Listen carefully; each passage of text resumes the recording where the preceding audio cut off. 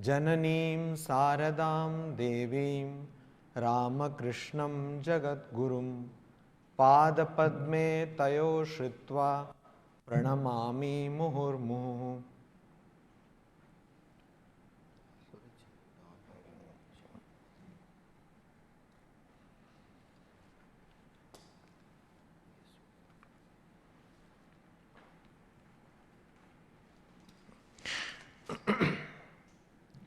Please sit erect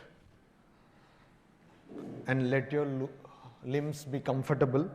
Close your eyes and try to concentrate on the luminous self in the space of your heart. I will chant Om, and after 5 minutes I will again chant Om. Please open your eyes slowly.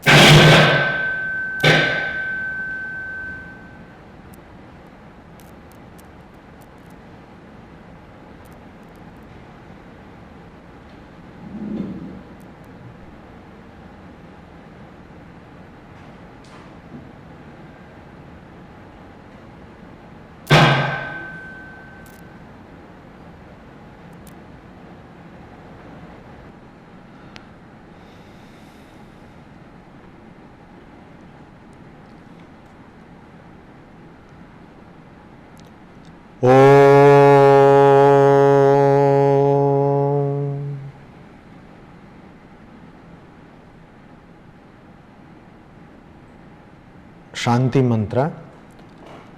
Om Sahana Vavatu Sahanau Bhunaktu Sahaviryam Karavavahai Tejasvinavadhitamastu Ma Vidvishavahai. Om Shanti Shanti Shanti. As we have seen many times, this mantra is called a Shanti mantra or a peace chant. These mantras are chanted to get peace from suffering at 3 levels. Adi Daivika. Adi is from the Sanskrit root Adhi or Adhikarana, means basis. So Adi Daivika means that which has divine forces as its basis. Adi Atmika, that which has one's own self as its basis. Adi Bhautika, that which has other living beings as its basis. So we get suffering from 3 places. One is natural forces or divine forces. Another one is just like tsunami, etc. Another one is from other living beings. And third is from your own self. Your body, mind sometimes are not in proper condition. So to get suffering from these sources thwarted off, to get rid of suffering from these sources, we chant different mantras called Shanti mantras. This particular mantra is chanted before any learning process, where the taught and the teacher, they enter into a kind of agreement, memorandum of understanding, that we will learn this subject together and ma vidvishavahai. We will not have any kind of animosity or ill feeling towards one another. So, we were discussing the text Tattvabodha or Introduction to Vedanta. So, before one studies Vedanta, one needs to know different concepts like what is prarabdha karma, what is jiva, etc. And here a text is available to us, the authorship of which is not clear. Some people say that it has been written by Shankaracharya. Not going into that, this is called Tattvabodha. We saw Tattva means the principalness, Tattva, Brahmanness, the being principle or being Brahman, and Bodha means knowledge or knowing. So, Tattvabodha means knowing the principle, and that is what we were doing. So, today we will just recapitulate what we saw the last week and then we will go further.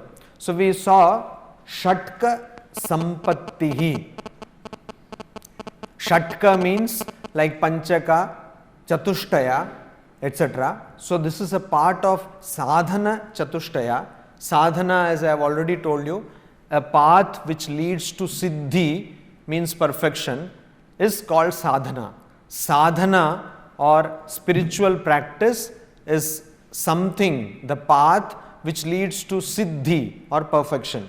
So, here that contained 4 elements, and Viveka, Vairagya, Shama Adi, Shatka Sampatti and Mumukshutva. So, we were seeing the Shatka Sampatti. Shatka means a group of 6. Sampatti means qualities or wealth. Here it means qualities. So, we were seeing that. And there we saw that this is Shama, Dama, Uparama, Titiksha, Shraddha, Samadhana, etc. So, we saw what is Shama? It is Mano Nigraha, the control of mind. And control of mind means automatically it means control of desires. Then we saw what is Dama? Dama is the Chakshuradi Bahyendriya Nigraha, the restraint of external sense organs like eye, etc. Winter is approaching, so I need some exercise. Anyway, am I audible to you? Okay, so the Chakshuradi Bahyendriya Nigraha, the restraint. So, we saw that how in any process of perception, generally we think that, for example, last week we had a demonstration, one leg demonstration.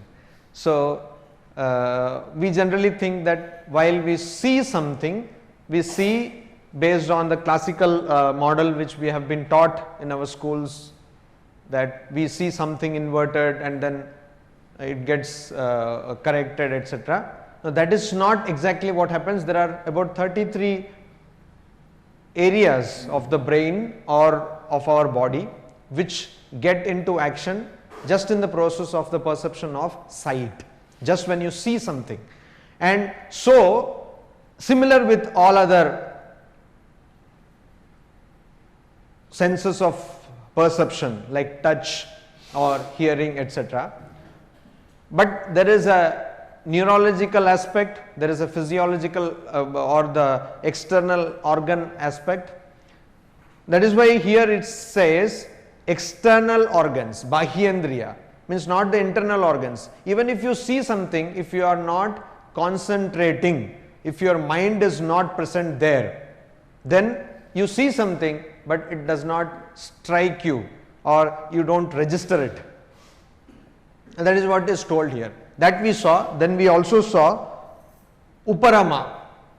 Uparama means what? Swadharma Anushtanam eva. Generally, Uparama means staying in one state, or Uparati means staying in one state. But here, that is why Tattvabodha is very clear and very specific, and this is something which we need to understand. You see, Indian tradition or the scriptures in India do not say, generally this is another thing, particularly a big complaint to the kind of life I have taken, monastic life in India. They say it's escapism. So you couldn't do anything, so you become a monk. Believe me, it's not true. And becoming a monk is not very easy also. I mean, it's nothing what do you call, doing a PhD in IIT is nothing as compared to becoming a monk and also staying a monk till death. So that is why in monastic circles in Uttarakhand, etc., there is an adage, what? In Bengali actually it is, that morbe sadhu udbe chai, tobe sadhu bujbe bhai. So,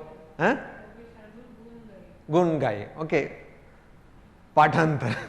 Anyway, the idea is that till you die, one cannot be sure about the purity or the quality of a monk.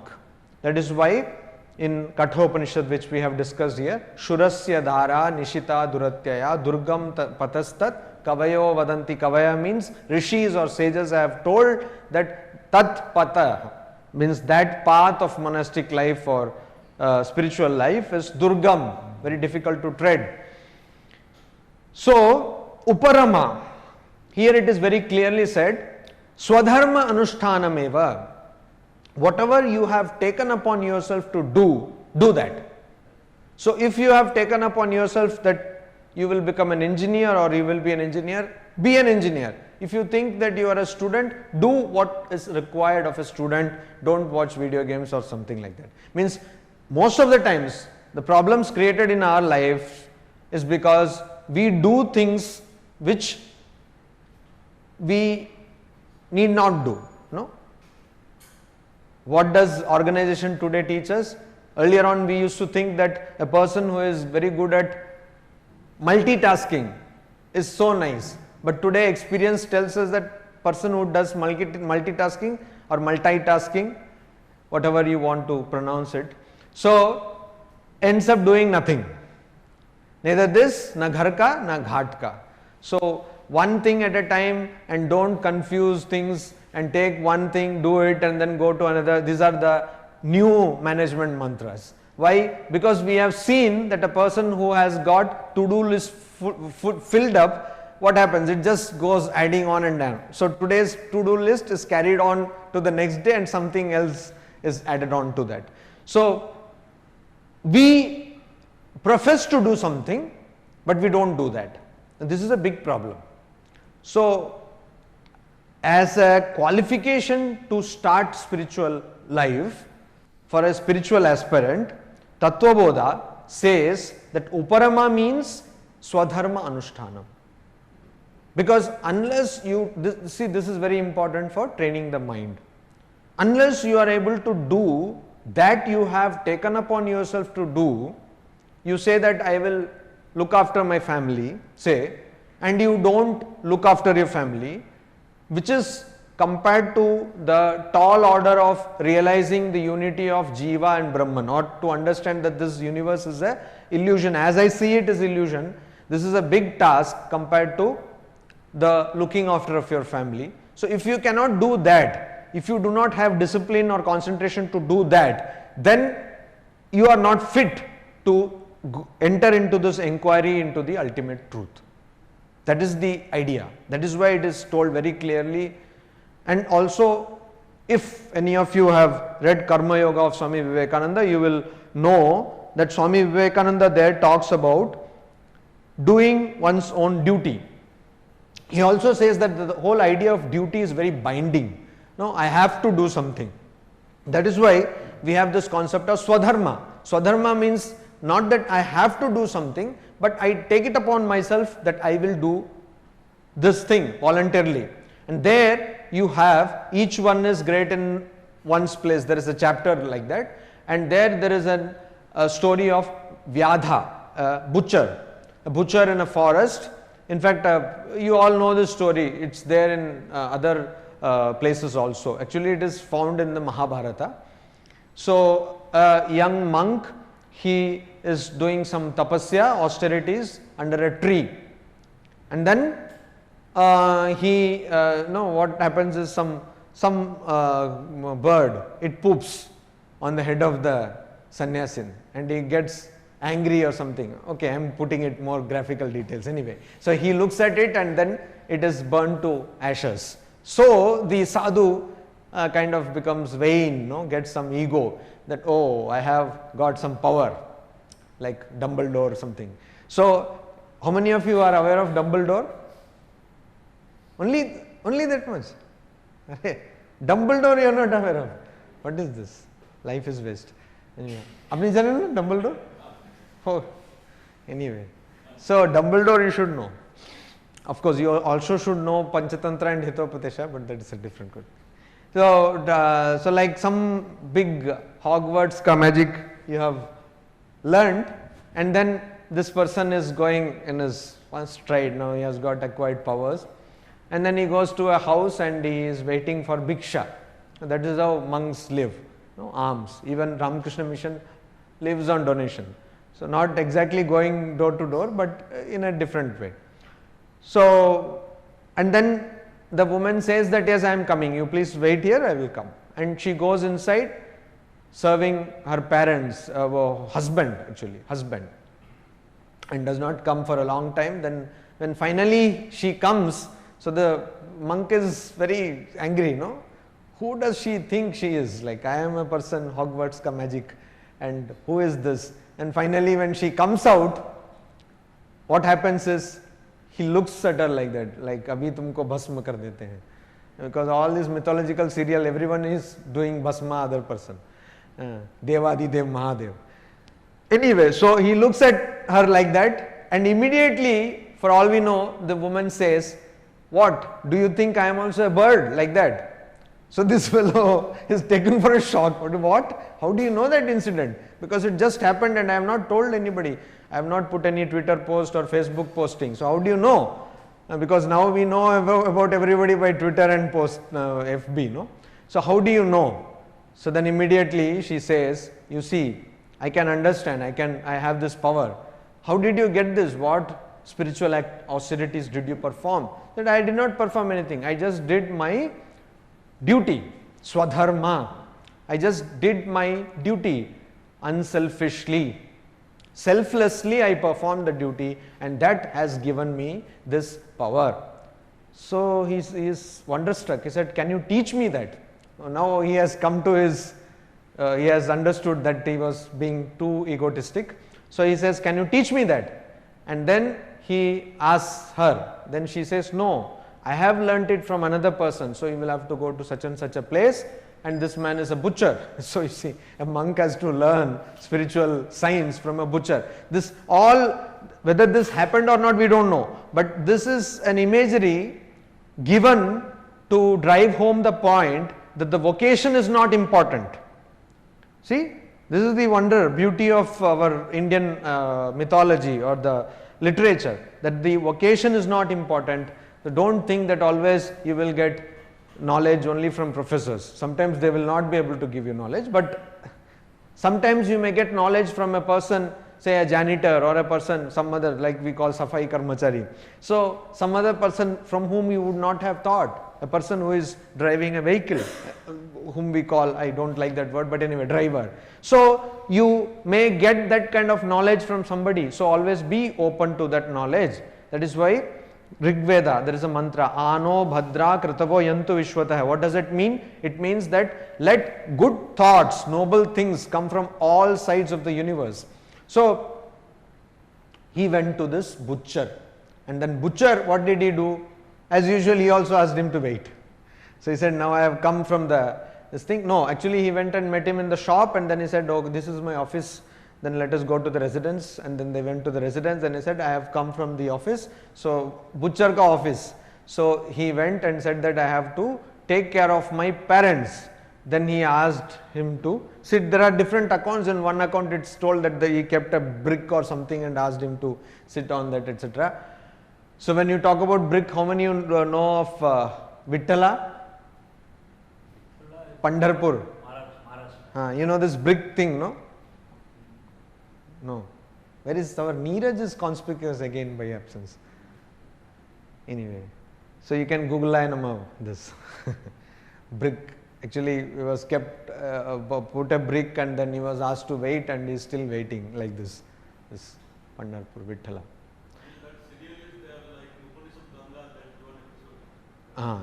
Chinmaya mission. Okay, so the person went there. One this thing is Vyadagita. One episode is about whom? Vithalya or Vithala. So he goes there and then he serves everybody and then he comes out, and by that time monk has already become very humble. So he comes out and he teaches this monk some things, and that is called as Vyadha Gita. Vyadha Gita. That is the Gita or the song of a butcher. It's all available online, also it's available, and you can also purchase a book in the printed version. So the idea is you should first do what you are supposed to do. Okay. Don't try bribe and other things. So you do what you are supposed to do. If you are supposed to be in a relationship, and then you have to respect that. What you have taken upon yourself to do, that you are supposed to do. Swadharma Anushtanam. Only when you do that, then you have the right to think further of knowing the truth, etc., etc. Then we come to a very, now the other things are also very practical, but this is more so. Because you go anywhere and everywhere, people say what? They say, we are suffering. The whole starting point or the point of departure of religion is what? Dukkha.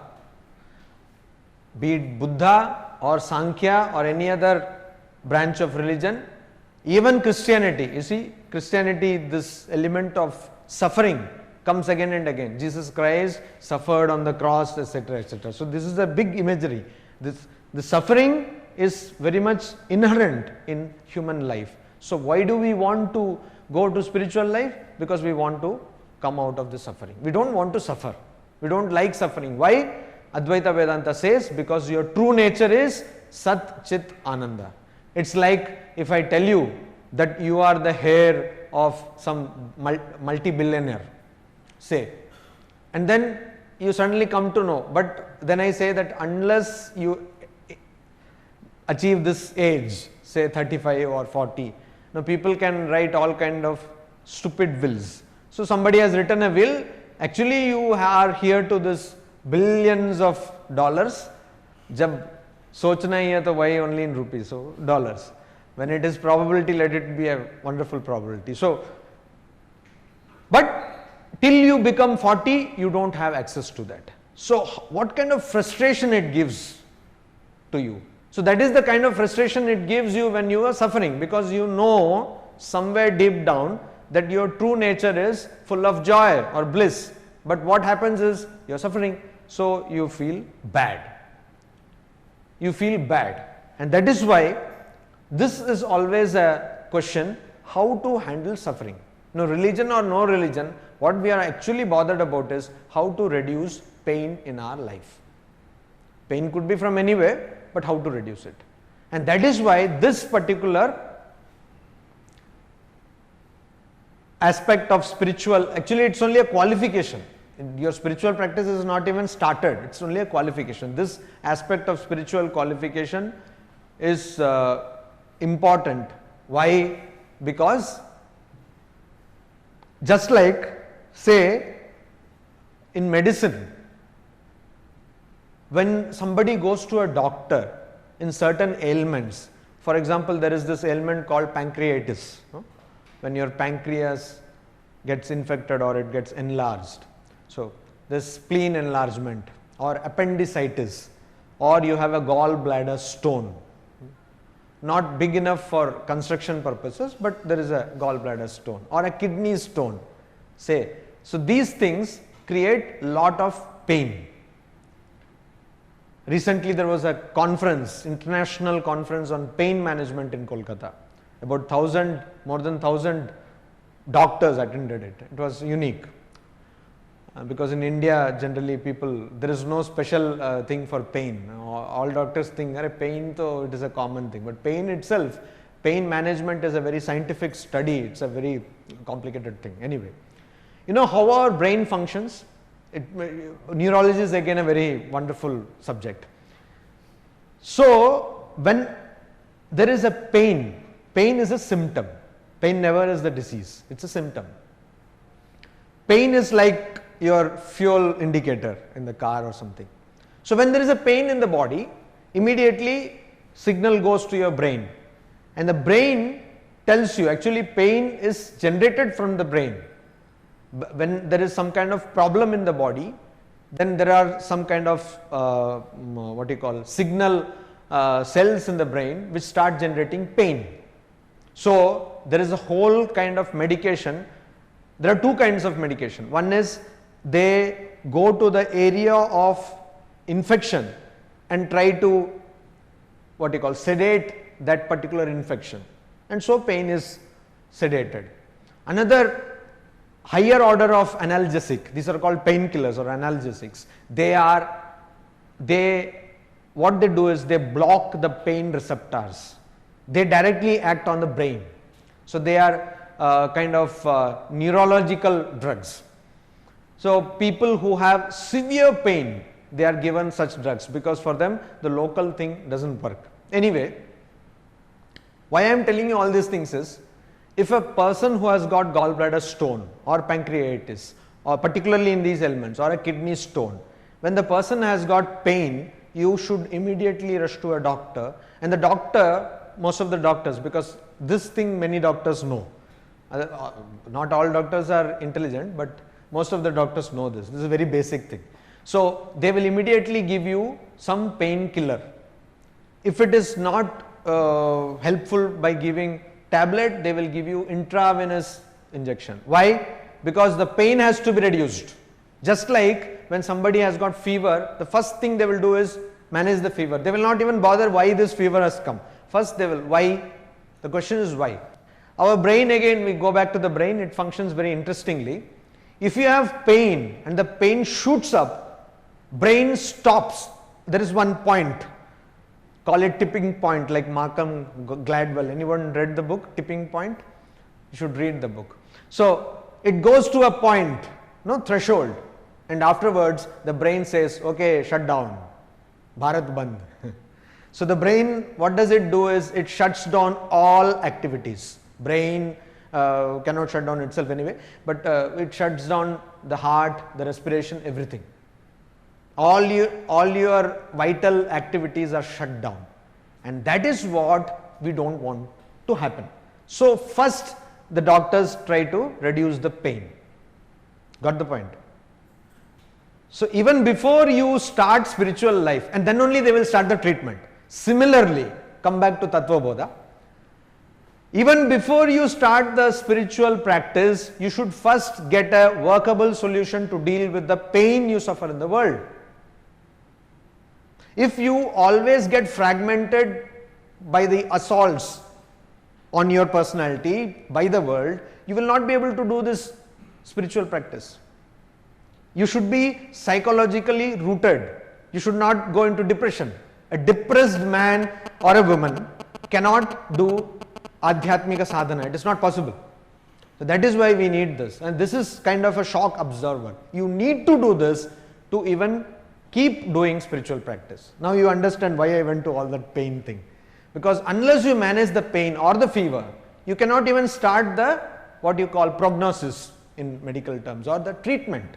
It's not possible. It's not possible because the body does not work like that. So first you have to tell the brain that okay, everything is well, all is well. No? What is that? All is well anyway. So how many know that all is well? All is, everyone knows this. Okay. When Professor Mandal knows means I can. Most of you know. All is well. So all is well when pain is managed, fever is managed, and then the body says that okay, now you do whatever you want, and then the cause of the pain or the fever is. So here exactly, it's just a replication of the whole thing. Here we are trying to find out the cause of the fever. In fact, scriptures say that this is fever, sansara jvara. This fever of coming again and again into this world and again, this is a fever. And again the pain, the dukkha, dukkhatraya. I told you, peace chant for 3 kinds of suffering. So suffering. So we want to go beyond this pain and suffering. But before that, we should have a workable kind of situation.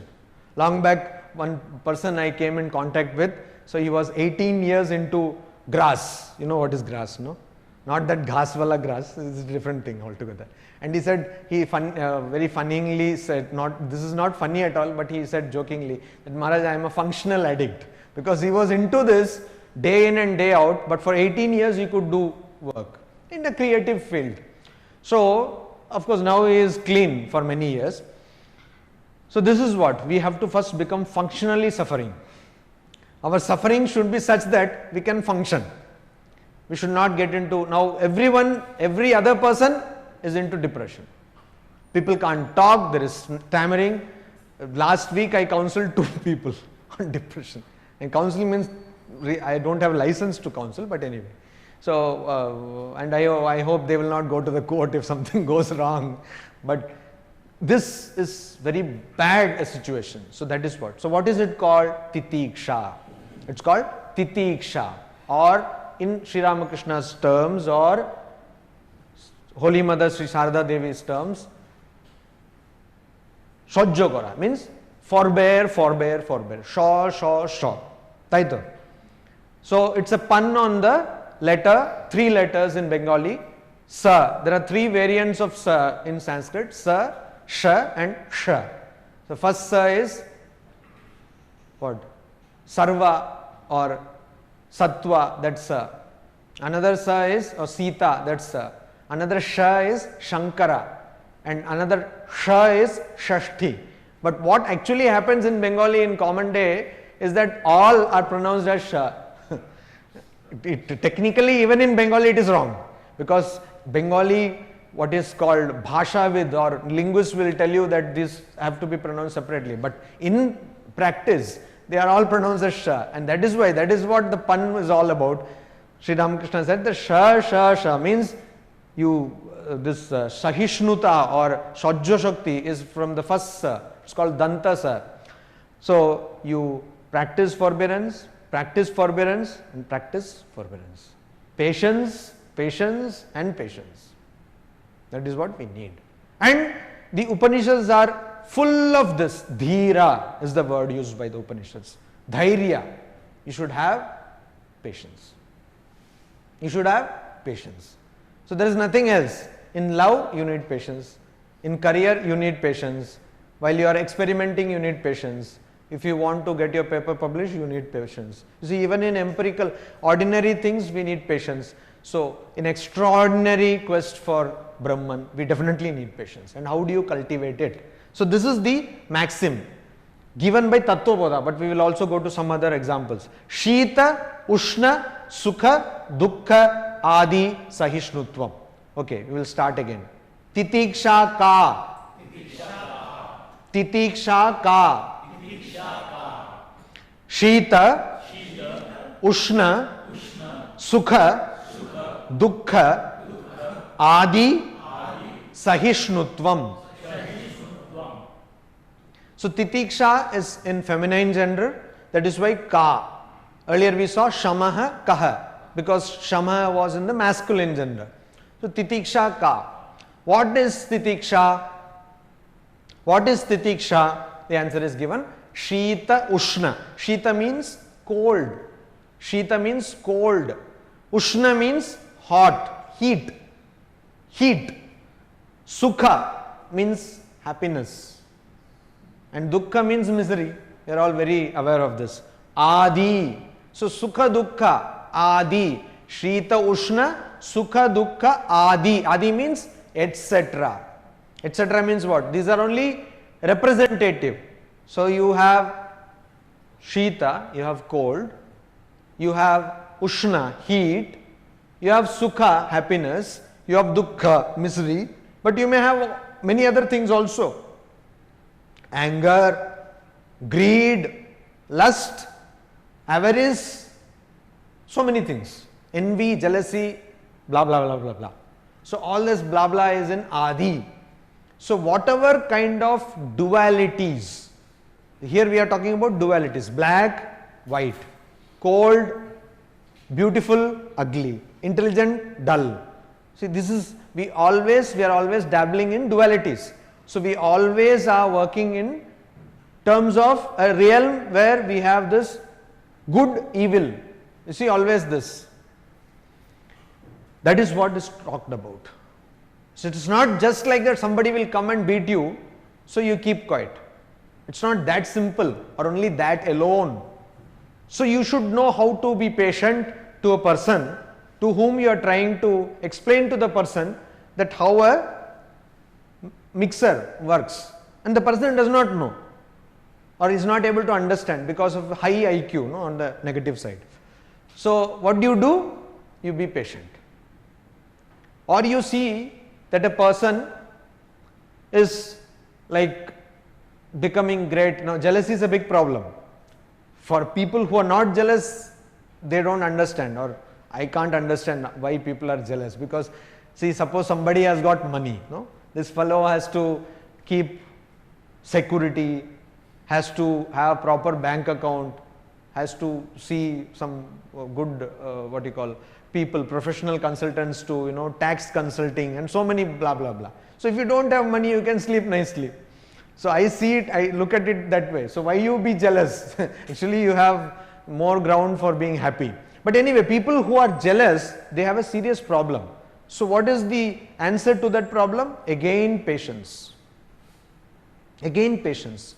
People who have anger as a problem, again patience. So anger management technique is count from 1 to 10. But one thing which you have to understand is, don't count it in front of the person with whom you are angry. You go away from the place and then count up to 10. Another person gave me a very practical example. If you want to scold a person, wait for 3 days. And it is wonderful. One monk actually. And then I saw that, yeah, it's wonderful. I practiced my, because after 3 days you understand what the, whatever.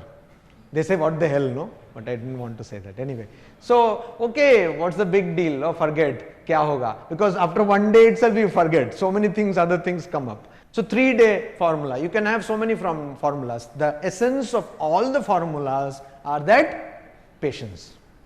Patience. So this Adi means this. All kinds of dualities which are trying to, we are always at crossroads. Always. To be or not to be is the question. Always. So somebody sends you a friend request whether to accept or not. At that level it begins. And you want to write an email. On email etiquette also, there is a huge thing of email etiquette. There are serious books written on this topic. No, really. And there are people who train you on this, because now hardly anyone writes the snail mail. So everything is email. So email etiquette is that whenever you think that an email is strong or about some controversial topic, type it, keep it in drafts. Don't send for 3 days.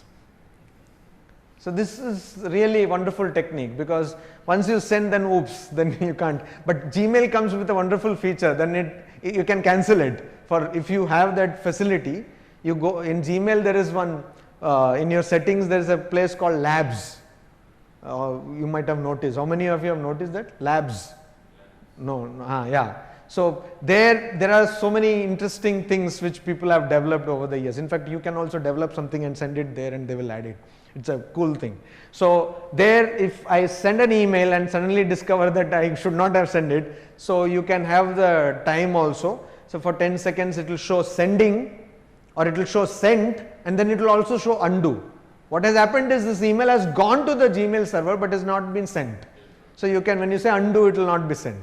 So like that, there are so many things you can do, and again the whole thing boils down to the keyword patience. How to be patient.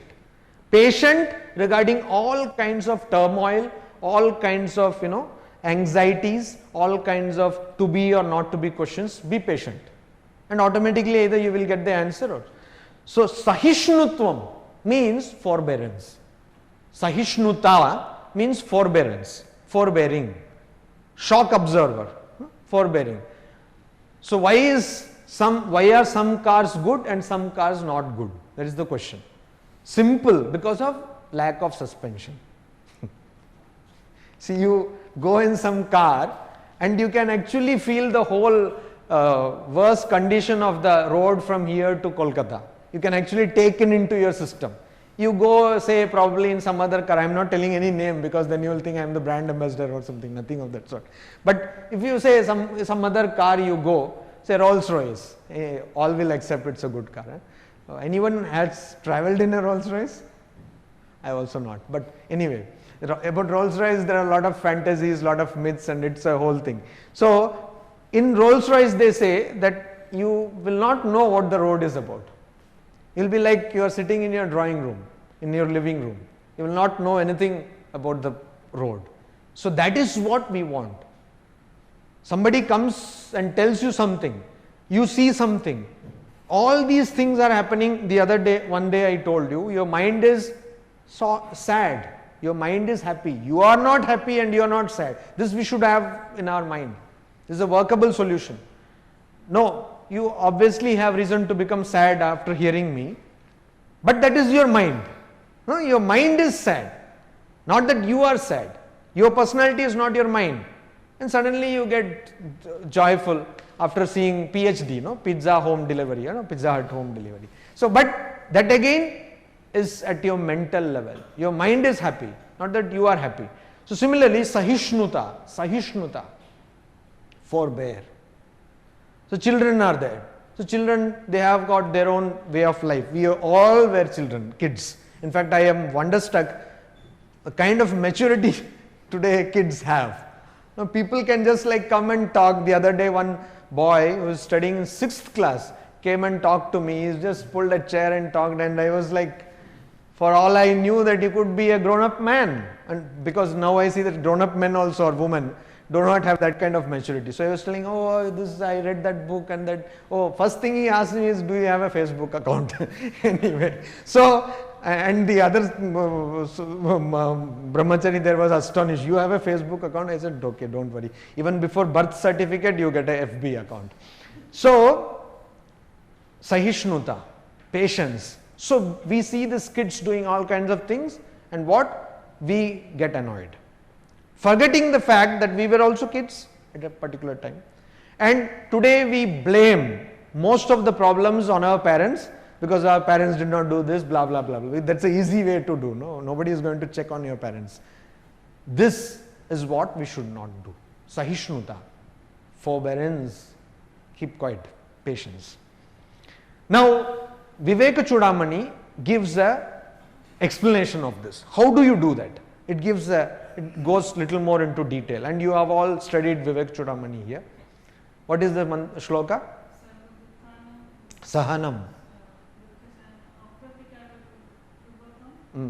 I have told it like 1,000 times, Sahanam sarva dukkhanam apratikara purvakam chinta vilaparahitam satitiksha nigadyate. Please repeat. Sahanam sarva dukkhanam apratikara purvakam chinta vilapa rahitam sa titiksha nigadyate. So nigadyate means it's called. It is called. Sa means she. Actually, here it does not mean a person, but feminine gender. So, it is called. What is called? It is called titiksha. Sa titiksha nigadyate. That is called titiksha. What is called titiksha? Sahanam sarva dukkhanam. Sarva dukkhanam. All kinds of misery or suffering. Dukkha means suffering. All kinds of suffering. So, suffering is very relative thing, no? Some people, they suffer because the AC is not at exact 28 degrees. It has either become 30 or no, there are people like that. You may think I am joking, but believe me, there are people like that. So, and wonderful thing is, unless you tell them, they will not know. But once they know that it is not at 28 degree, they will become all the more hyped. Anyway, so that is why you have in medicine this whole thing of, what is that? Placebo effect. So, Sahanam sarva dukkhanam. All kinds of suffering, sahanam. You forbear. You bear. You just not accept, but just keep quiet. Sahanam sarva dukkhanam. Apratikara purvakam. Now this most of us can do. Like somebody, in fact, most of us do, or rather all of us have done this at one point of time or another. Like your boss comes or somebody comes and tells you something, so to keep the job, or your spouse tells you something to keep the job of husband or wife, you keep quiet. Or you may not get a lunch, or you may not get out to go out, etc. So you keep quiet. So you do sahanam. But apratikara purvakam, that is where we fail. So what do? You note in the diary, so and so told me so and such thing. So iske liye mauka dekhna padega. When do I get the next chance? So I will also send my missile to that person. That is what is being told. Apratikara. Pratikara means what? Reaction. Pratikara. Prati means towards somebody. Pratikara means reaction. Reaction. Apratikara means no reaction. Apratikara purvakam, without having any reaction. In English we say knee-jerk reaction. So knee-jerk reaction is without knowing something, you suddenly start reacting. Like that. Knee-jerk reaction. So now this judgment has come. Many people are saying that it is wrong judgment. Somebody is saying it is wonderful judgment. And for all we know, you just ask people, they don't know what is all about. No. So apratikara purvakam. That also most of us do. We don't react. We don't react. Suppose even in the case of office, boss says something, we don't react, and we don't plan to react also in the future, because we know that appraisal unke haath mein hai. So we don't want to react. Promotion unke haath mein hai, salary unke haath mein. So we keep quiet. But next, chinta vilapa rahitam. We don't react, but in mind we say, tumhara bhala ho. Like, खूब भालो था कुन. Like it's all, you want to say that you go destroy. In Tamil particularly, romba nalla iru. You know, no? Tamil. So like that, you have in almost all languages. So you say, you'll be very happy. Means you go to hell kind of situation. So chinta, you want to say something should befall on this person. He should die, his car should get accident or something like that. You kind of, for the next few days, you are boiling, seething in anger inside. Psychologically, it creates a lot of problem, because you will be venting this. That is why people, when they come back from office, they are like full of volcano. Just do something and everything bursts. Office or any situation of conflict. So that chinta, you don't react, but then you may have worry. You should not have worry also. Then vilapa, you should also not have. So I have this Professor Somnath, a good friend of mine, and I get some problem, and then I go to Somnath ji, or I call him and say that dekho nereko, and because he's a very good listener, so he will listen, and it's so soothing. No, most of our problems come because we don't have people who will listen to us. So that's what all the psychologists do. They don't do anything. They just listen to what you say. And so he listens to me and everything. And then whenever I call him, then I say that, apni kemon achen, how are you? Aap kaise hain? Arey kya bataएं, ऐसे चल रहा है. So that is why Dale Carnegie, most of you have read, right? Dale Carnegie. He said, how are you is a greeting, not a question. So when somebody asks you how are you, don't say I have got neck pain, back pain and all that. Nobody is bothered about what you have got. So this is the thing. So we want to have this vilapa. Or many people confide with the girlfriend or boyfriend or husband or wife or somebody. And that is why you see that people want to be anonymous on virtual spaces, internet. Why do people want to be anonymous? Because they want to kind of have a place where they can vent out. They can talk about things like blog. Why is there so much increase in blog? What if you read all this blog, a cross section of blogs, they blah blah blah blah blah, full of blah blah blah. No, means they are just telling, I went there, I saw this. People want to talk, no? Particularly in India. Thanks, man. That's why all mobile phones are coming to India, because we want to talk. We don't want to do anything. We want to talk. talk, talk, talk. And so you go to blog, a person will go to a hotel and eat probably for half an hour, come to this zomato.com and type probably like 1,000 words like that, this was good and that was good. And you start wondering, when did that person actually notice these things? Anyway, so talk, talk, talk, talk, talk, which I am doing anyway. So again proving the hypothesis that thing that we talk. So, vilapa, you should not do that also. It's not that you get a beating and then you don't react, okay, you don't think about it, but then you go on blabbering about that fellow bit me, and also some people will get the beating and then say, "Main to maar deta usko, aisa diya ghusa," or something, because no way to check out. So, chinta vilapa rahitam. You should not only not think, worry, you should not only not react, but you should also not lament about that. Vilapa, no crying about that. Difficult, very difficult, but we can practice. So one at a time.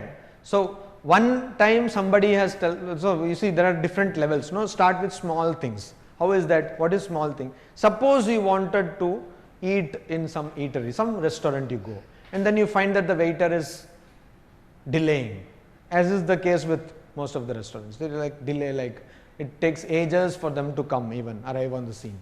So just you keep quiet, don't tell anything. Similarly, you your partner or your spouse or whomsoever is creating some problem. Some people get on phone and talk all kinds of rubbish things just to incite your anger. No? This is another time pass nowadays. They will say, you are a fool, knowing well that you are doing some research. So they want to hit your ego. Then immediately you say, how can I be a fool? Like I am a PhD. So then that's what they want. They will try to incite you. You are a fool. What do you know? And you don't care about me. And you think I am a useless. But then you will say, no, you are such a lovely person. Don't fall into these traps. No, these are the traps of the mortal people. So there also sahishnuta, patience, keep quiet. So these are the places where at a small level you can do. But again it comes to a bigger question. Somebody comes into our country and fires, sprays bullets and goes. So what should we do? Sahishnuta. No. Huh? No. That is why we have to go back to the earlier thing. Uparama. Now you see, this Shatka Sampatti are not alternative.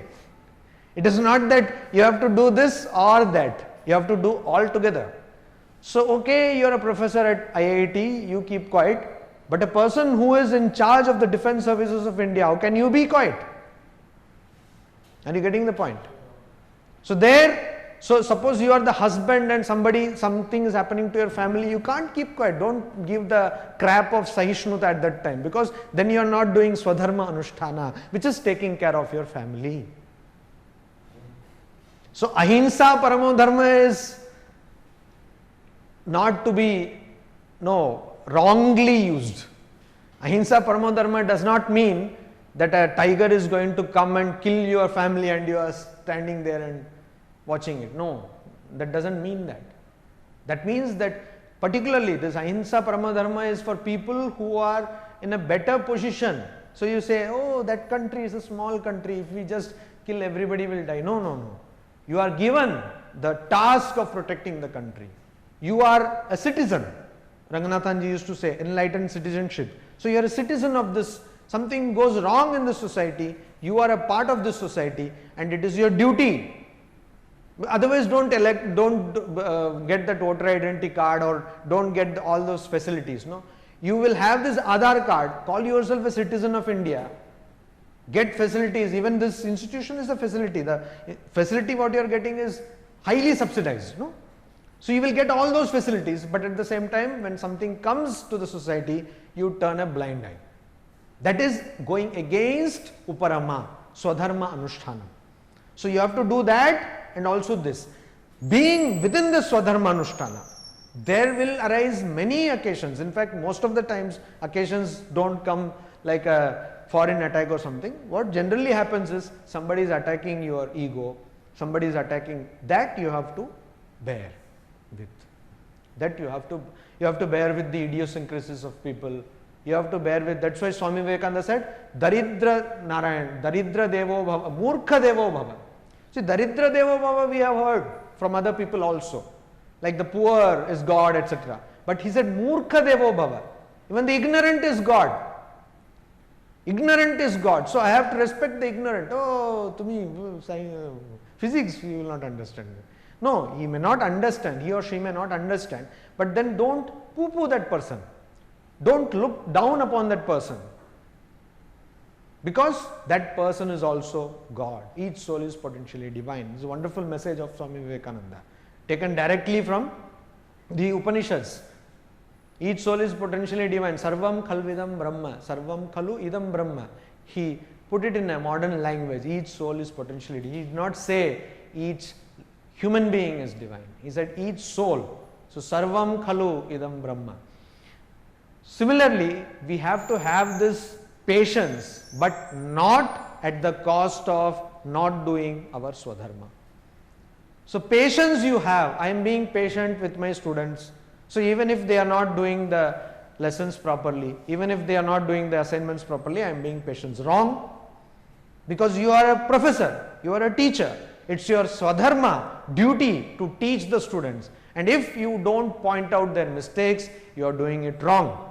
Even in the order of things, you see, Uparama comes first. Probably they knew that we would go into such kind of an interpretation. So Uparama first comes first. And then Titiksha. So Titiksha is something which we have to practice. We have to be patient, and at the same time we should be well grounded in that patience. Chinta vilaparahitam apratikara purvakam. You see, your patience should not make you a patient. That means it should not make you psychologically sick. So that is why in Freudian psychology and even other psychology we have this term called repression. So people, they don't get, that is why they don't do. That is not what we are talking about.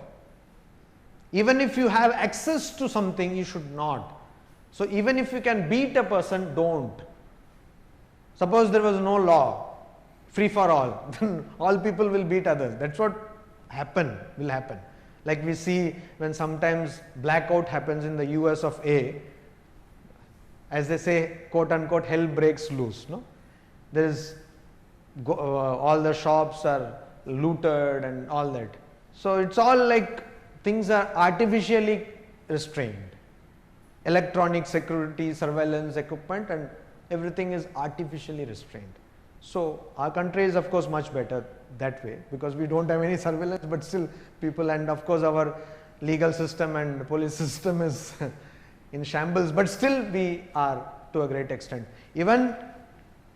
Even recently, I think even now, if you go to hill regions and you see, if you keep a suitcase in some place and you go back to that place 3 hours or 4 hours afterwards, maximum what happens is somebody would have seen the suitcase and that nearby shop wala would have kept it there and said, oh, aap suitcase dhoond rahe na.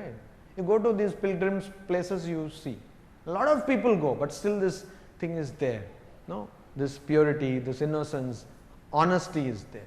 So swadharma anushtana, and we need to have titiksha, forbearance, not at the cost of not doing our work. You are a teacher, it's your duty to point out the mistakes of your students. If you are a banker, it's the duty to point out that the loan application which has come is flawed. You cannot give loan to that person.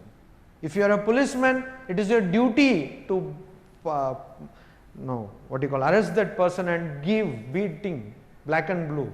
There you will not talk about Sahishnuta. This is you have to be very clear about this, because this is what we think. We think I am being forbearing, but our life is full of contradictions. No? This is one contradiction, not exactly contradiction, you should understand that properly. What I have taken upon myself to do, that I have to do properly. And within that, wherever I have some confusion, wherever I have some suffering, I have to bear with that. I have to bear with that. So even physical suffering, people create problems, you see. So earlier on, all these children, they used to, like even when we were children, we used to go and suppose we were going somewhere, there will be this tap water, we used to drink and nothing happened to us. We used to this sugar cane, we used to just take it using our teeth and no cavity, even now no cavity, nothing happened. But now, oh, this baby, and then what, only milk chocolate, and what happens? Then for all you know that by 15 whole teeth is gone. So this is what our body also requires. This is what medicine says. What does it say? Immunity. The whole idea of immunity, vaccination is what? That you are exposed to a danger, an infection, at a controlled level. So that when the infection comes in its full force, your body is ready. No? That's what happens in army. No, exact thing happens in army. We have this white blood corpuscles. So they are the army of human body. So that is what happens in army. You put people, commandos, you put them into the same kind of course, staged situation which they will be able to face or they may have to face. So then you train them. Similarly, we train our body. But what? Similarly, we have to train our minds. You expose your mind. Don't keep it in a glass case, very fragile. And the world is not a glass case. You don't have AC world. So you train your mind, you expose your mind. So nowadays you can't tell a youngster, generally that is what, that you have done something wrong. They simply can't bear that. You know, they go into depression. Why? Because they have not been exposed. A teacher cannot beat you. Of course, I don't think corporal punishment is a good thing, but anyway, they cannot scold you. So somebody commits suicide because a teacher told something. So no exposure to hurt, no exposure to suffering. And with all these kind of careful, fragile, handle with care approach, you are sent to the world which is full of suffering. You are sent to the world which is full of hurt. So you can, that's what is happening now. That's what is happening in our society. We do not have the preparation to face the society which is becoming increasingly fragmented. So 50 years back our society was not so violent, today it is. But our upbringing is very comfortable. It should have been the other way around, but no. So then when we go to the society, what we see is full of conflict, full of hurt and suffering, and we have not prepared our army. We have not made strong our minds. So that is why even at the physical level, there is some small drop in temperature. People, I don't know, even in West Bengal for example, hardly there is so much cold that you need all kinds of this thing. It is not there. But people will wear this sweater, this muffler, this cap and all this thing. Because anyway they have purchased, no, when will they wear? That is also a problem. So they will wear all these things. So and then little something will happen, immediately geyser is on and they want hot water and they will, everything comfortable, cozy. And nowadays nobody talks also. If somebody goes to even a dhaba, they want what? Oh, bottled water. What is it? It is not even mineral water. Simply bottled water. It has got nothing to do with it. I don't know. And if you have gone outside India, tab to pucho hi mat. Like you will always carry a bottled water and it has to be Himalayan, no? Like it has to be pure mineral water, and there is a whole thing you can tell volumes about what happens to a person. This NRI psychology, they will not even remove those stickers of air flight from the suitcase. They will be there for ages together. Anyway, so this at the body level, at the mind level, at the intellectual level, and also at the spiritual level, we have to have patience, forbearance. At the body level, okay, so you don't get what you want, what you used to eat every time, and then you become fidgety. Big Bang Theory, anyone? No. Yeah. So Big Bang Theory, this Sheldon, one person, is a classic example. So you have also seen Big Bang Theory. So he wants on this particular day, this particular food, Thai food on this particular day. If something goes wrong, then everything goes haywire. So that is the physical level. Mental level, you want somebody to love you. You want somebody to praise you. Or even otherwise also is, you think somebody is your dire enemy and you think that person will hurt you, and for all you know the person is wanting to befriend you. So that is also a shock. You see, this suffering, that anyway will go later. Sometimes actually we suffer because we want to suffer. Last time also I told you. We suffer because we want to suffer. I'm not kidding, no? This is the fact. Because why does suffering come? Dhyayato Vishyan Pumsa, etc., etc. We saw the chain of events. First you have an object of desire, then you get attachment, and then if that desired object is not available to you, you get anger, and then anger leads to the loss of discrimination or the discernment, your intellectual faculty, and then finally everything shattered down, vinasha, destruction. So you get suffering because of destruction. You get destruction because then you go back, then it started with an object of desire. So desire leads to suffering. Who desires? So obviously for you nobody else will desire, you only desire. So if you desire and that leads to suffering, that means you want suffering.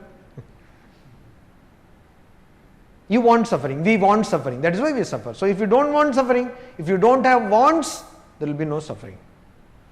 But that is a different level altogether. Even before we go to that level, we have to understand that a bit of exposure, just like we have those shots when we are young, polio shot or whatever. So those kinds of shots we need at the physical level, at the intellectual level. What is intellectual level? Somebody is asking you something. This is a very common intellectual dishonesty. That what? Somebody is telling, do you know this theory? And academically particularly it is very common. And then you say, yeah, I know.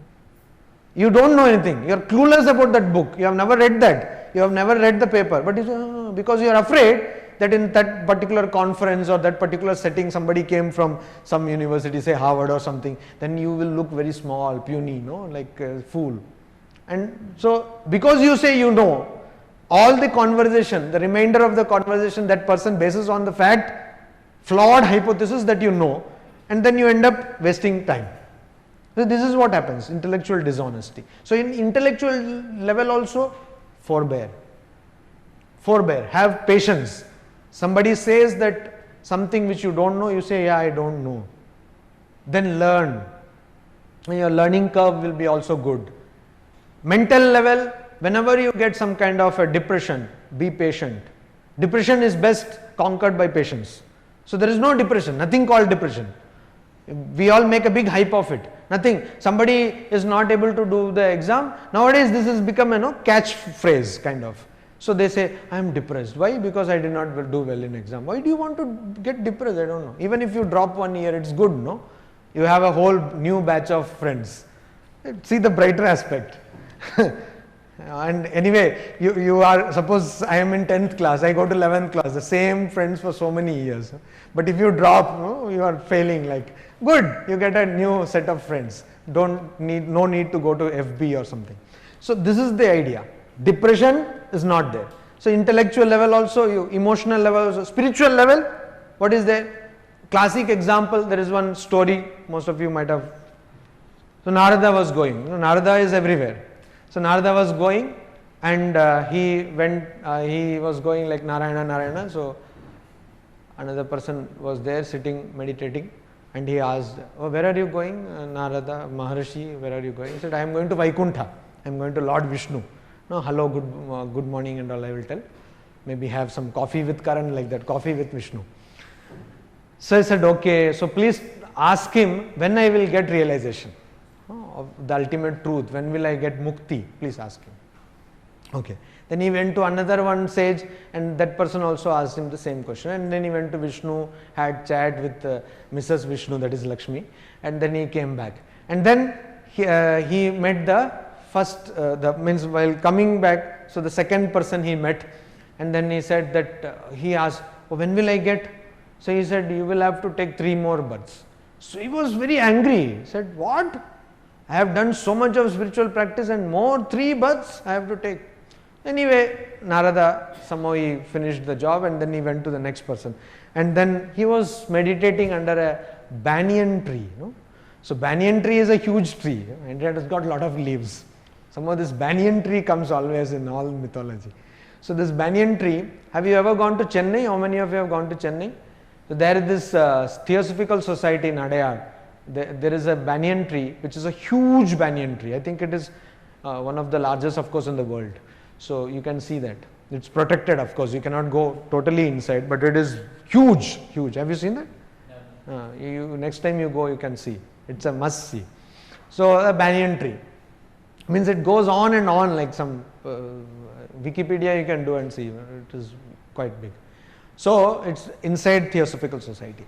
So the banyan tree, and then he went, Narada, and this sage asked, so when will I get realization?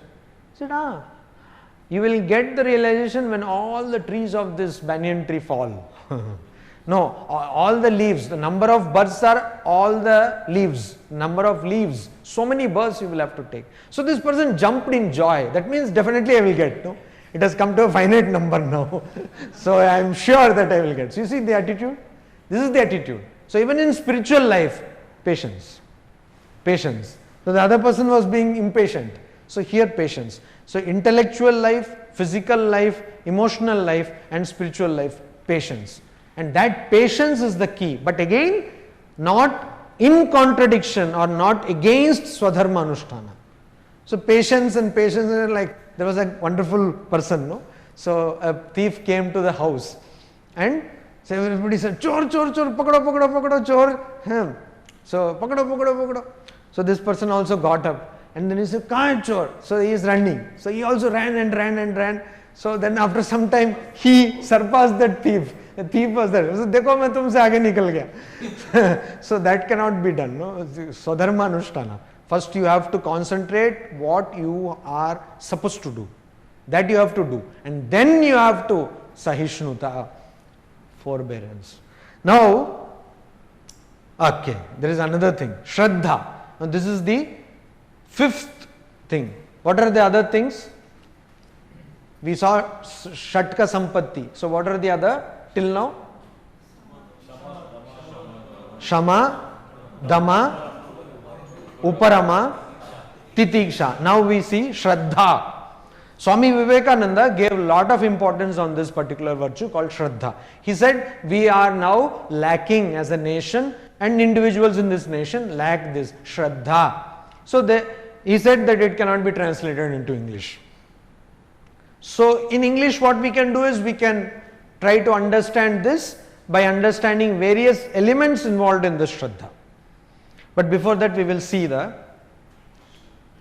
shloka. Shraddha.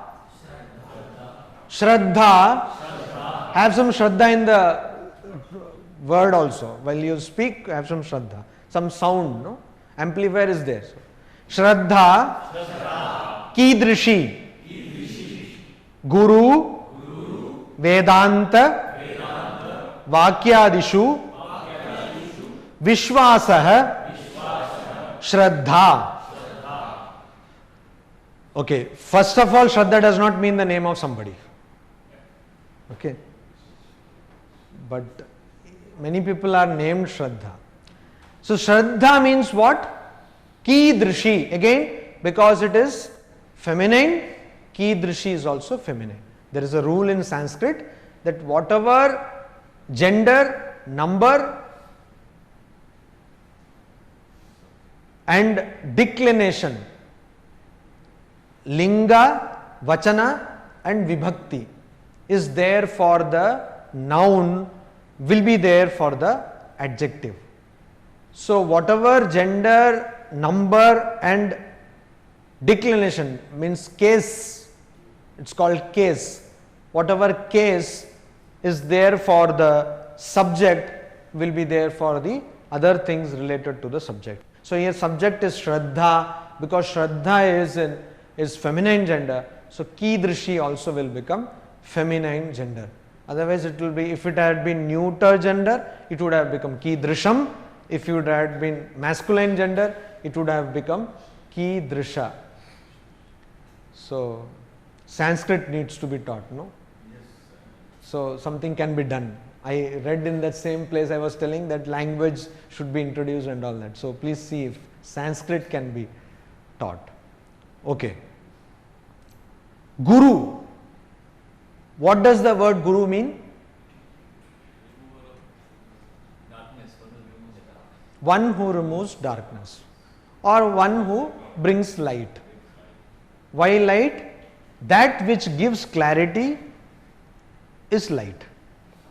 So, this room is dark, you can stumble, you can fall, you can mistake a rope to be a snake in our classic Advaita Vedanta example. But if you put some light, things become clear. So, clarity. Darkness equal to confusion, light is equal to clarity. Knowledge brings clarity. That is why knowledge is compared with light. Ignorance brings confusion, or for people who are blissfully ignorant it may not bring, but they are also confused, they don't know that, it is still worse. So that is compared to darkness. It's compared to darkness. Then Guru is a person who removes ignorance, who removes darkness, brings knowledge, brings light. Removes confusion, brings confusion removal, then what is brought? Clarity. Removes darkness, removes light, and removes confusion, brings knowledge, removes darkness, removes ignorance, removes confusion, brings light, brings knowledge, and brings clarity. This is a Guru. Now Guru can be at various levels. So Guru can be for physics, Guru can be for cooking, Guru can be for swimming, Guru can also be for spiritual. But there is a difference. There are different differences. Physical level, there is a Guru. Okay. So the Guru can teach you how to do things. But that Guru should have done those things in the past. Like we have cricket coach. Now that particular coach may not be able to go to the field and bat the same way, but did do that batting at some time, so knows exactly what will happen. Unless that has been done, physically it is impossible to be a teacher. Physical means those sports and all that, that's what I am talking about. If a person has to teach a sport or a game means not video game, because most of the people nowadays play only video games.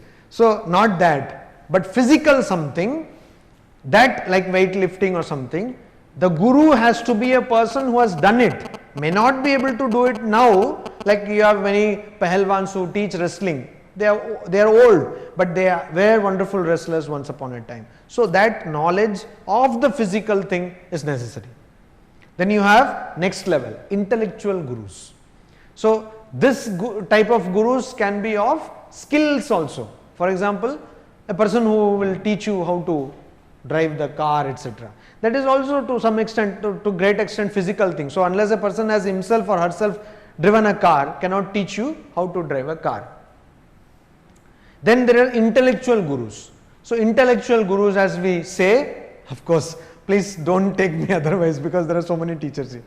But there is a small adage, very famous. They say that those who cannot do, teach. And those who can't do and teach, manage. So there is a worse case of managers. Anyway, so this is the thing. So this is the thing. Teacher. So intellectually you will be able to, you can teach even if you have not been in the profession properly. We have the example of almost all. You see, a chemistry teacher need not have been a chemist. A biology teacher need not have done research in biology in that sense. Like somebody is teaching biology in, say, school or even in college, need not have done research in biology, some big thing. Or a person who has who is teaching economics just needs to know intellectually the subject, need not be an economist herself. You see, a person who is teaching English need not be a writer or something. So intellectually, if you know and you know the subject properly, you can teach, but you should know the proper subject. Then we come to emotional teachers. What are emotional teachers? Whole breed of teachers. Of course, most of them have created more confusion than clarity anyway. Psychoanalysts or psychologists or people who are motivational, etc. Now, sometimes I have thought, in fact many a times I have thought, why is that there are so many psychologists coming up? So many, you go anywhere and everybody says I am a motivational speaker. Everybody is giving motivation. But we see total lack of motivation in the society. Why is that? Because I know of many motivational speakers who say, oh, I should get some program, I should get more and more seminars, I should get more personality development workshop. So your own personality is in pieces. How are you going to develop somebody else's personality? So this is the problem. These people are set out to, they are going to create emotional personalities and develop personalities of other people without having their own personality in control. So what is that? I want to get more and more contracts. I want to go to the outside. I want to go to IIM, etc. So get some more, call this fellow, and they are all, I have attended also some, they are very, very superficial. Very superficial. JCs, and many are there, no? So many people are very, very superficial. They'll say how to wear, how to dress, how to talk and all that, all at the surface level. So why? Here is why, where it becomes little more serious. When you want to do some kind of instruction at the emotional level, heart to heart, you have to be an expert in that. If you cannot control your anger, there is no way you can conduct a anger management workshop. You may conduct, if you know the HR guys, you may able to organize a thing, but it will be of completely no use. People will come also, and the more the price people want to come, the more. It should be a star hotel. These are the criteria. And the fees should be great and the brochure should be very wonderfully done. Then they will come. Then what you speak about is, you just take from books, make a wonderful presentation and speak. So that is why people fail at the emotional level. Why? Because unless you are very emotional, and it is difficult. I know of psychoanalysts who psychoanalyze 4, 5, 6 patients per day. It is impossible. And what do? They give just 1 hour for every patient at best, or half an hour. And so what happens? They keep on coming to the psychoanalyst. It takes like 1 year to even get to the problem, because this is an interesting process, it's an interaction process. So when they are able to get something, time is over. So next day, then again they start, warm up and all that. But if a person does the psychoanalysis just like that, in 1 day itself, you can go to the core of the problem. But they don't do that because they want money. So psychoanalysis, so many, and also to handle one person, you also need to do some kind of emotional thing, because the person will not come and tell you, see, I went there and they were praising me and all. It will be horrible stuff. So even if you want to hear it, you will have to equip yourself. So that is why psychoanalysis actually, in practice we see, it does not work like that. Otherwise all people, they just go to a psychoanalysis and immediately depression will be cured. No, it does not happen that way. Why? Because at the emotional level, whenever there should be a teaching at the emotional level, the person who is teaching is actually giving out emotions. If you are not loving, you will not be able to instill love in the other person. If you cannot control anger, you will not. If your personality is not developed, you will not be able to give personality development class. Got the point? And next level is spiritual level. Maharaj, do you know anybody who has been cured by psychoanalysis?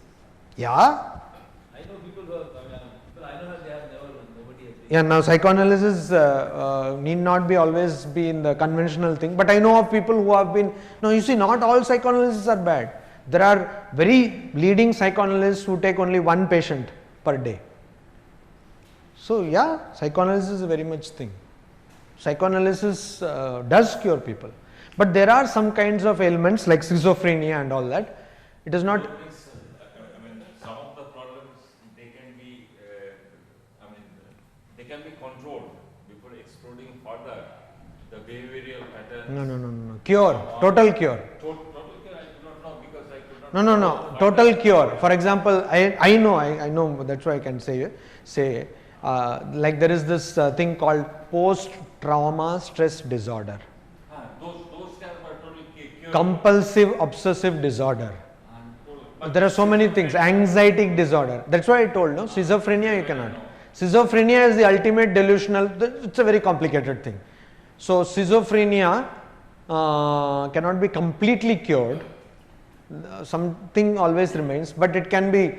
Even schizophrenia, I know of so many people who have been cured in such a way that you cannot make out that the person is a schizophrenic. He is always in drug. I mean, No.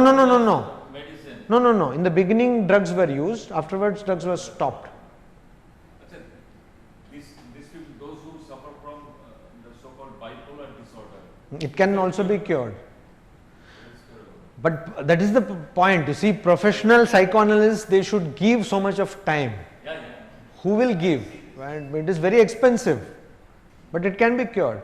Here, free of cost of students care. Very tough time on those. No, but my experience is if you have to psychoanalyze a person, then you have to psychoanalyze only one person. And no, one person means only one person at a time. Till the person is completely over, no other person. That is what. So in that case, I have seen, I can say that practically it is 100% success. But that is extremely difficult. But keeping track, I mean. Because psychoanalysis is not like that. You see, you psychoanalyze a person, then you have to talk to that person for 3 hours, 4 hours, 5 hours a day. Then the person starts emailing you, then you SMS, then it's a complicated thing. It's not, you are actually trying to restructure the person's life. Yes. To some extent it's done. Uh-huh. They follow up, they telephone, they I have devised, though I don't have a license, I have devised my own way of psychoanalysis, and I have helped many people. PTSD, so 5-6 people I have cured. So it is very difficult. It is not that easy. So, and also you should know something about medication. So whenever I find that the person needs some medical intervention, I suggest. No. I cannot do that. I suggest a doctor. And homeopathy has got good medicine also. So anyway, homeopathy, allopathy, everything, and so many things. Okay, so what was I talking about? At the intellectual level, sometimes you need not be a great thing on that, but you can. But physical level, even if that time you are not doing that, if you had been a basketball player, you will be able to teach. But at the emotional level, you need to be totally grounded in what you are talking about. You should be totally knowing what you are talking about. Because at the emotional level onwards, you see what happens at the intellectual level is, suppose somebody is teaching me something, even if I understand, even if I don't understand, the knowledge of that person will only increase but not reduce. But at the emotional level, what happens is a part of your emotional personality is going to the other person. And when it comes to spiritual teaching, Swami Vivekananda says, while spirituality is not taught like that, it is being transmitted. So that is why we say Guru is important. Why? So you can say, oh, that Guru gave me a mantra, that mantra I can get from anywhere. True, but then it will not be a Siddha mantra. What does that mean? It's a perfected mantra. So when a Guru says that mantra to you, it is not only the mantra which you are hearing, but the force of spirituality which is coming with the mantra. So when a Guru is initiating into some spiritual practice, that spiritual force is coming. And that is why this spiritual teaching can be exhausting. So we also see that a person starts in our order. Only vice presidents and presidents give initiation. So when we see that till initiation they were so healthy, and after some time we see that their health starts failing. Because you see, a part of their personality is being given. It is like that. A part of their personality is being given. So at the emotional level onwards, what you teach is like what you give. So that is why one more reason that psychoanalysis is not an easy thing. People who really mean business, psychoanalysis means you are actually giving a part of your emotional personality. Guru. So Guru, that Guru who has started giving a part of his or her personality to you, to that Guru you should have Vishwasa, faith. You should believe that Guru. That is the minimum thing you can do. Because a Guru has given so much to you, you should at least, the minimum, the least you can do is believe the Guru. Because you came to that Guru. And how do you go to the Guru? In Vivek Chudamani it is told that you Samit Panim, means Pani means hands. Samit means that timber wood for sacrifice. So Turiyananda, who was a disciple of Sri Ramakrishna, monastic disciple. So he was in California for some time and he made an ashrama there called Shanti Ashrama. So one American disciple actually read this Vivek Chudamani and came with some firewood because I read. See how nice, no? Read that you have to go to the Guru with Samit Panim. So she actually took some timber and went. But why is it told Samit Panim? The idea is that you should help the Guru in some way. You should help the Guru in some way. You should help means what? You should give something. Nothing should be taken for free. So the Guru will not ask anything, but you should give something. So why will you give? Because you want. What kind of Guru should be? Shrotriyam Brahmanishtam. In Viveka Chudamani, Shrotriyam Brahmanishtam means a person who has understood the scriptures, Shruti, one who has understood the scriptures, studied the scriptures, understood it, and Brahmanishtam, one who is established in Brahman, the true reality. Such person will be the Guru, not anybody. So Sri Ramakrishna says a person is giving lecture that earlier I used to drink and now I don't drink. So he says, what kind of person is this? If you are drinking and not drinking, probably you can be in Alcoholics Anonymous, but you cannot claim yourself to be a spiritual teacher, because your character should be stainless. Otherwise, how will you be a spiritual teacher? So that is the Guru. Then Vedanta. We already saw what is Veda. Vedanta is the last part of the Vedas or the Upanishads. It need not be always in the last part of the Vedas, but it is also the culmination or the acme of the wisdom of Vedas, the ultimate wisdom of the Vedas, that is called Vedanta. So in Guru and Vedanta, in Guru and in Vedanta, Vedanta Vakyadishu. So you should believe in the statements of Guru and the scripture.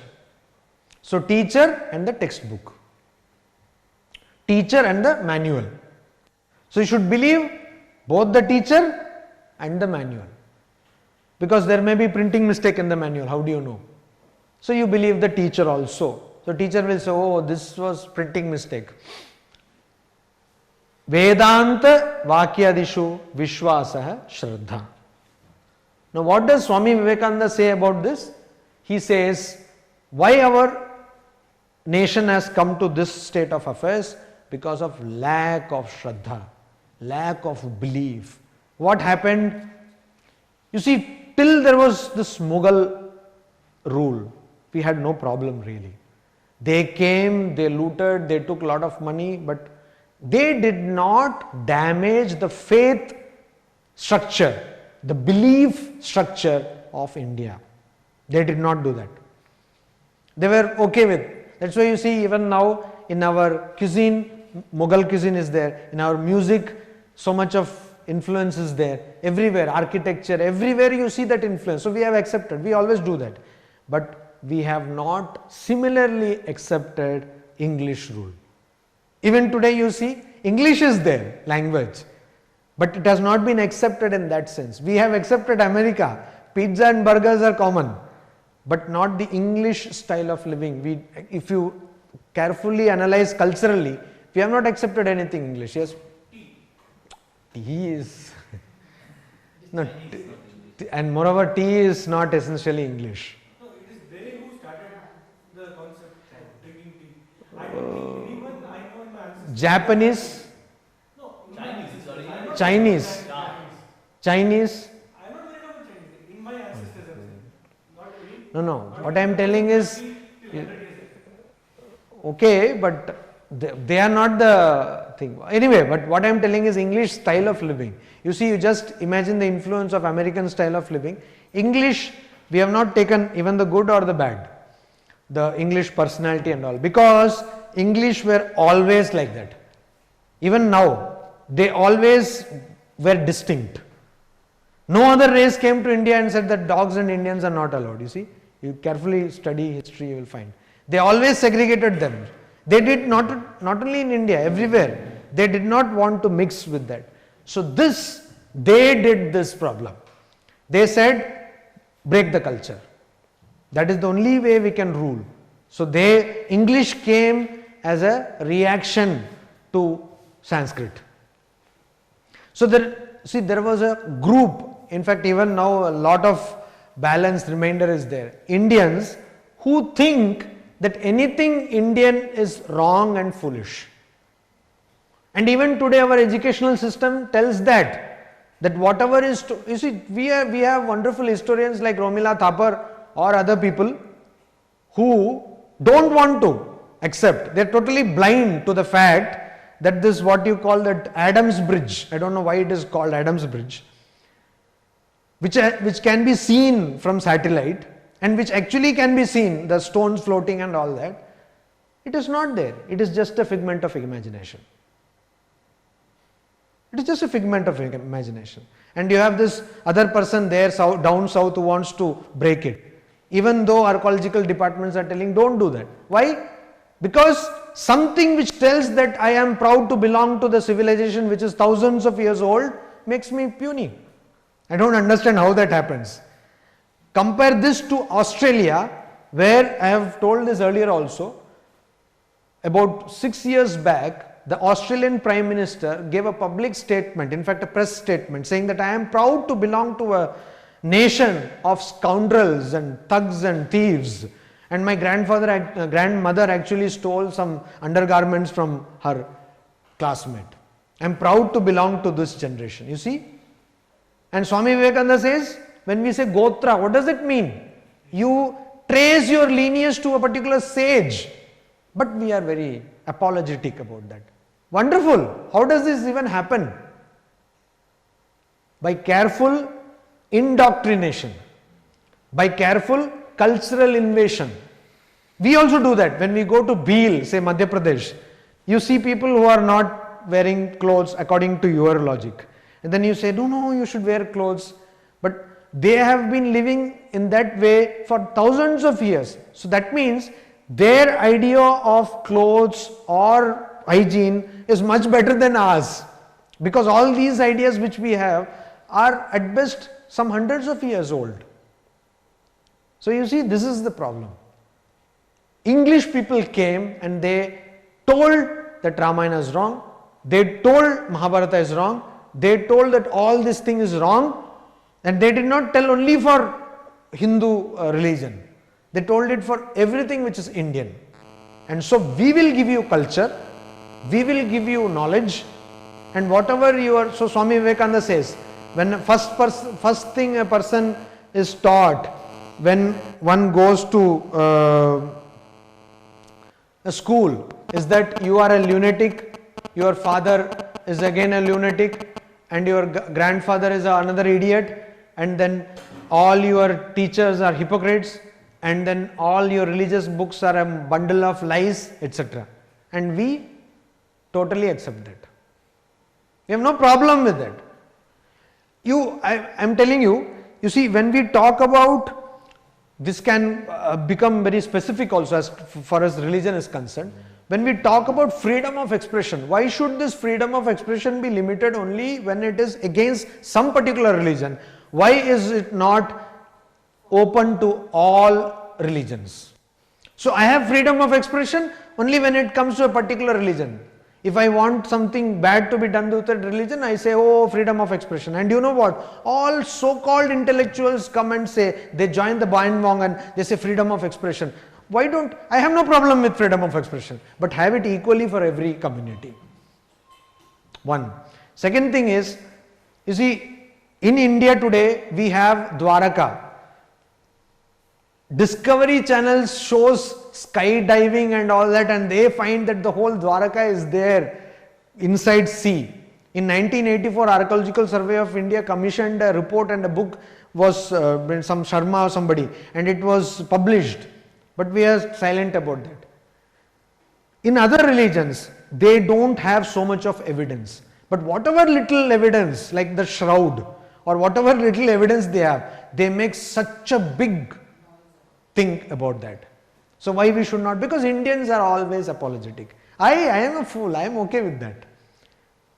Swamiji says, you go to America and you tell a small kid, and even today, the kid will say, yeah, I can do it, I am an American, I can do it. I am an American, but I am an Indian, I cannot do it. हाँ, India तो ऐसे ही होगा. Why?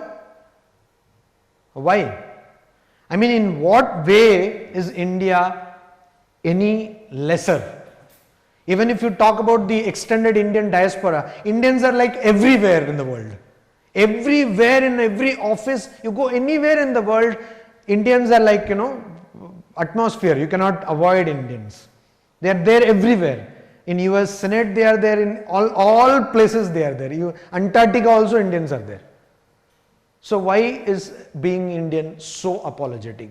GOK, God only knows. We don't know the strength of our nation, and that is why we don't. What we know, we only know knee-jerking reaction. Something goes wrong, we immediately say, aisa nahi karna. So we have got a very bad reputation that Indians are very reactionary. You tell something against India, they are very sensitive people. They can't bear anything against that. But you should know, why are you telling like that? You should know what are Shulba Sutras. How many people know what is Shulba Sutra? I don't know. What is Shulba Sutra? So they are the mathematical formulae for building Agnihotras and other. So kind of geometry. We had actually excelled in that. This trigonometry and all came much later. Everywhere, even today it is a known fact that Jagdish Chandra Bose invented radio. Today it is like scientifically accepted. But we didn't have, he didn't have support. Ramanujan got support more in Hardy than in India. Hardly he got any support in India. You see, every time one has to fly thousands of miles to get heard, even Swami Vivekananda, Chandrasekhar, C.V. Raman, you name it, everyone had to go. Because in India, we like poo-poo the other people. The Great Indian Crab Story you are all aware of. How many of you know Great Indian Crab Story? So what is the crab story? Please tell. So there was in some container there were some crabs, and they were being transported. So there was no lid to the container. So somebody said that they should put a lid. Then the person said, no, they are Indian crabs. If one tries to get out, the other will pull him down. So we have this wonderful Great Indian Crab Story. So we are always living in this kind of crabby atmosphere.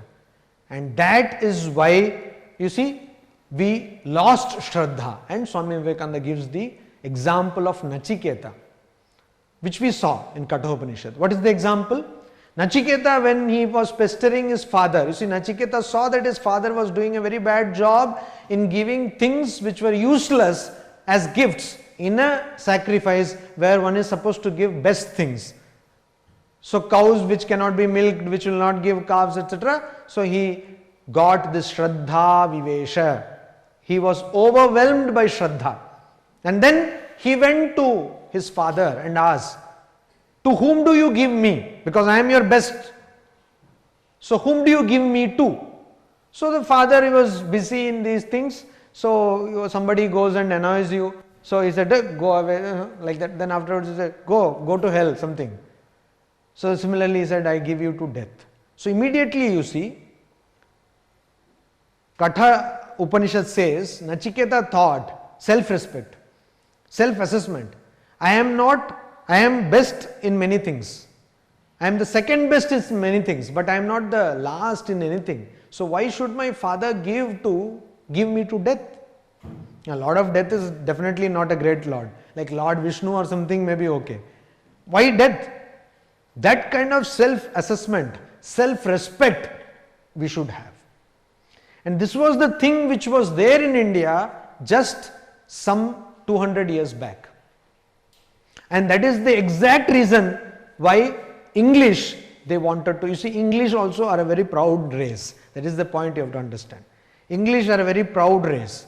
So they knew that if we do not break this pride, they cannot be ruled. And they did this only not only in India, they did it elsewhere. But I think India is taking a lot of time to recover from it. So we should have faith because we have sufficient reason to have faith. In fact, BBC conducted a study, an anthropological study on the origin of human beings, and they traced the human beings were originated somewhere south in India. People who have not seen that, you can just say the study of culture or civilization BBC, they in fact have a presentation on their website also. They trace everything, South Africa, everything, so many thousands of years back to India, down south. So people are doing serious research which are to our advantage, but we want to, keep quiet.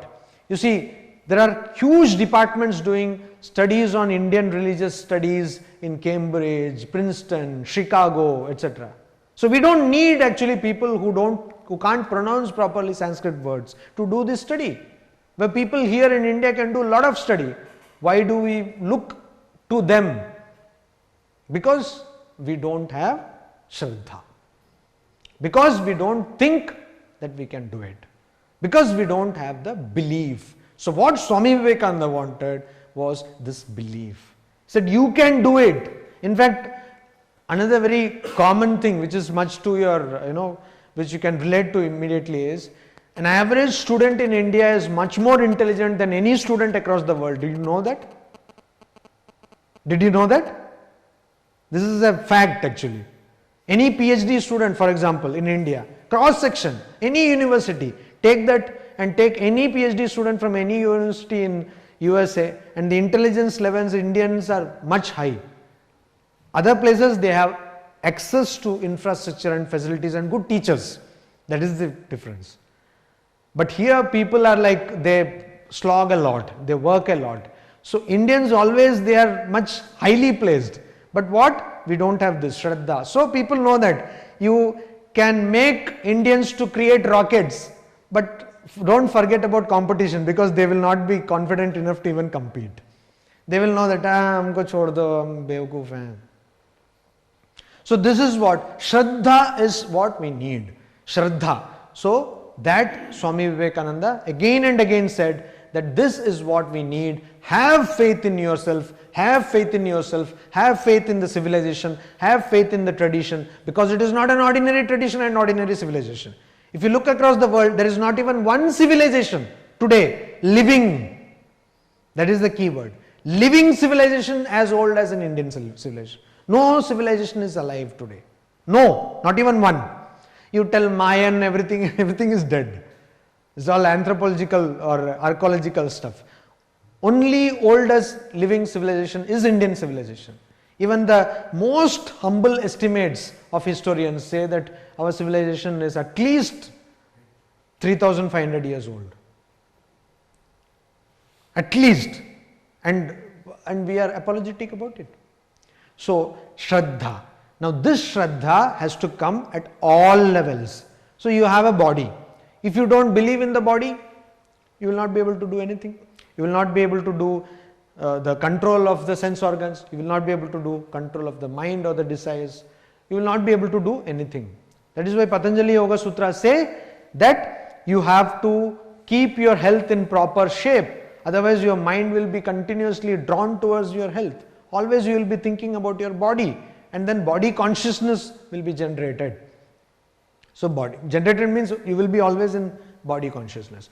So body has to be properly kept and believed. Like it is like getting into a car, and suppose you don't believe that the car will start.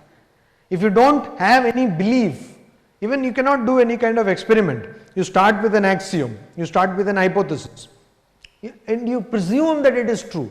You have a starting point.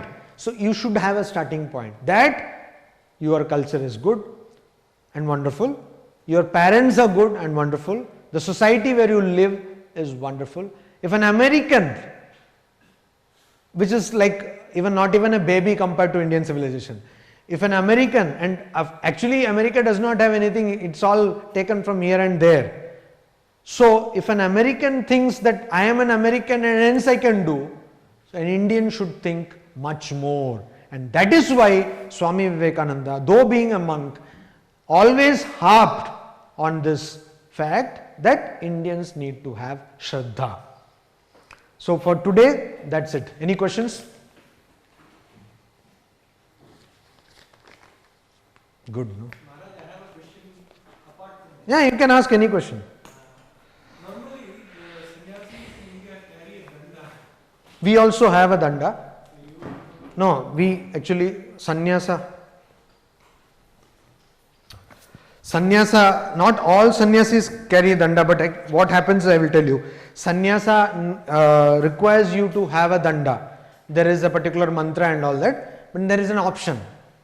You can either keep it for a lifetime or you can do danda visarjana. For that also there is a mantra. So while we take sannyasa, we take the danda and then do danda visarjana. And that is not only for Ramakrishna mission sampradaya. Many no, danda visarjana many people do. After Upanayana also we do danda visarjana. That is different. That is not sannyasa. That brahmachari. So if you cannot keep the danda, many people in Uttarakhand and all that, you will see they don't have danda. They just walk, they don't have danda. So they have done this danda visarjana. Actually it is more a thing, a vow kind of thing. You cannot keep the danda because then it has to be kept, it has to be danda. Many Dashanami Sampradaya, many people don't keep danda. Sometimes Swami Vivekananda is shown with the danda. No, that is not this danda. That is that walking stick. He had, Swami Vivekananda's walking sticks are very famous. He had many walking sticks. And wherever he went, he used to keep the walking stick. Like people were disciples, so he will give one walking stick. So we have found out that many people have walking sticks used by Swamiji. And some people cherish it as their heritage something. Swamiji, I have Huh. you were talking about Shraddha. So many of us we use Ganga Jal, Huh. and then to make flowers which were giving to God, and many places. Suppose you are wearing some cloth, it's not you are not sure whether it's pure. You put some Ganga Jal and believe that now it becomes pure. How far it is accepted? If you believe it, it's okay. If you don't believe it, don't do it. So it just depends on believing and non-believing. Yes. You see, you take bath every day, right? You believe that your body becomes clean. That is just a belief. Biologically, it is impossible. All scientists know, I will tell you in that scientific. It is impossible to make your body clean of impurities. It's just beauty is skin deep. Actually so. Actually so. Always there is, the moment you eat food, automatically, even if it goes low and then when it comes out, how beautiful it is. So you cannot make your body pure, but you believe that it is pure. And even medically, you don't need to take bath every day. I do take, don't go get ideas. But medically, that's why you a sponge bath or something like that. Tropical countries, you need to keep the temperature down and all. There are various reasons. So bath, the whole thing of our taking bath itself is a belief structure. Are you getting the point? So that is what you do when you put Ganga Jala. You think that you are impure, and you will think because the body is full of impurities. So the body makes us to think that we are impure. This is another point. In fact, I know many non-Indian monks, many people, they say that Indians are by far the cleanest people on the world, on this planet. Hygiene, personal hygiene wise. I am not talking about outside, that is the other way around. By far we may be the dirtiest streets and roads and all that. But hygiene wise, you see, we take food, we wash our hands. Before taking food, we wash our hands. Some people sneeze, we wash. Now this washing, religion or something, you can tell, mostly it is because of religion, we always do washing. And we are by far the most clean people. You go to any other country, hardly, you have all kinds of napkins and stuff. So this whole thing is belief. So that indicates instead of Ganga Jal, you use any water and believe that your Yeah. is absolutely fine. Yeah. These are all only beliefs. If you believe, okay. If you don't believe, okay.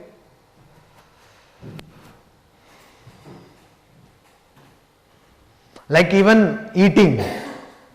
What we eat is not medically necessary for us. We believe that it is necessary. Or we believe my desire will be quenched or satisfied by eating. Now, for that matter, how is pizza healthy anyway? And how is pizza going to satisfy your desire? Every time you eat one pizza, always after some days you want another one. So that is what. So this is also belief. Most of the things we do is based on belief. That's why religion becomes very important. Religion cannot be avoided. Now sociologists of religion, they have understood this. There was a time when people like Peter Berger and other people said that there will be no religion, it will be a secular world. Now Peter Berger then came back and said that no, religion is necessary. Now they were talking about secularization of the world. Now they are talking about desecularization of the world. Now everybody knows that religion is very much integral to a society. Why? Because this belief system gets a sanction from religion. You believe. If we didn't have religion, we would have a mass of eccentricities, like those. I was told that Azharuddin used to believe that if he takes biryani, we don't know how far it is true, and go, then he will win. So everyone has got a set of some idiosyncratic beliefs. Any other questions?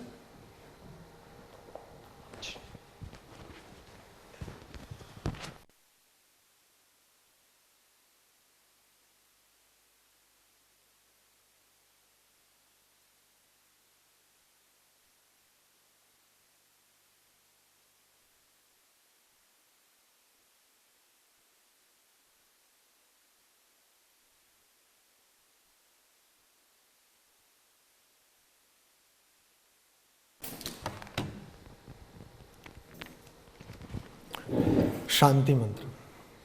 Om Shanti Shanti Shanti Hari Om Tat Sat